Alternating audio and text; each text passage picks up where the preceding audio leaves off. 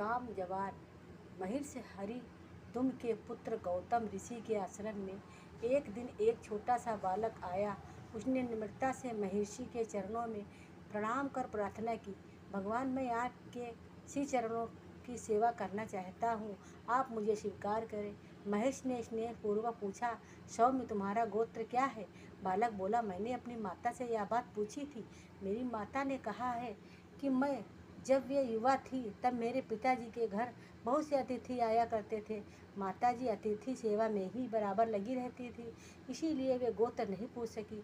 मेरी शैशव अवस्था में ही पिताजी परलोक चले गए। अतः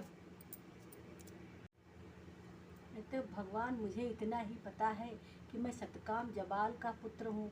गौतम ऋषि ने प्रसन्न होकर कहा, वत्स ब्राह्मण को छोड़कर तुम्हारा दूसरा कोई भी इस प्रकार सरल भाव से सच्ची बात नहीं कह सकता। तुम निश्चय ही ब्राह्मण हो। मैं तुम्हारा उपनयन संस्कार करूँगा।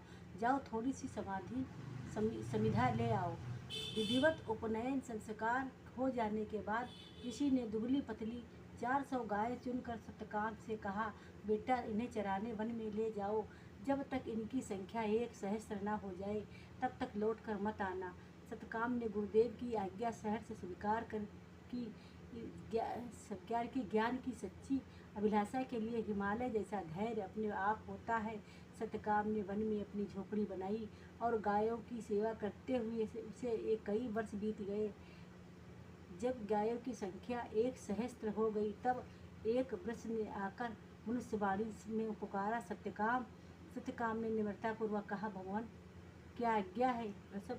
वृषभ ने कहा, वत्स, अब तुम्हारी संख्या 1 सहस्त्र हो गई है। हमें गुरुदेव के घर ले चलो, मैं तुम्हें ब्रह्म के एक पाद का उपदेश दूंगा। वृषभ ने बताया, इसका नाम प्रकाशवान है। आगे का उपदेश अग्निदेव करेंगे। दूसरे दिन प्रातःकाल गायों को लेकर सतकाम गुरु के आश्रम की ओर चले। मार्ग में पड़ाव डालकर उन्होंने गायों को रोका और जल पिलाकर रात्रि निवास की व्यतीत की।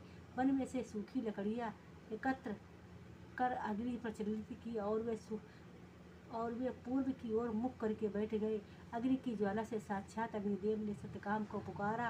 अनंतवान नामक ब्रह्म के द्वितीय पाद का उपदेश देकर कहा, आगे का उपदेश हंस करेगा। दूसरे दिन प्रातः वह गौओं को लेकर आगे बढ़े।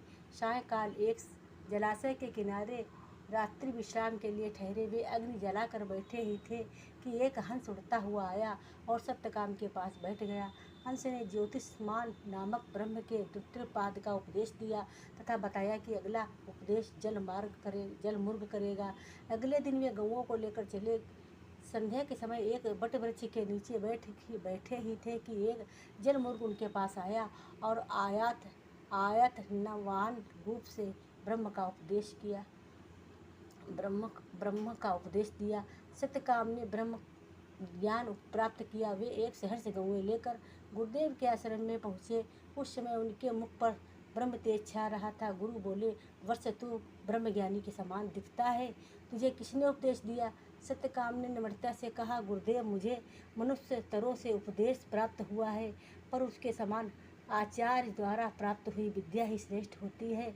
अतः आप मुझे उपदेश करें।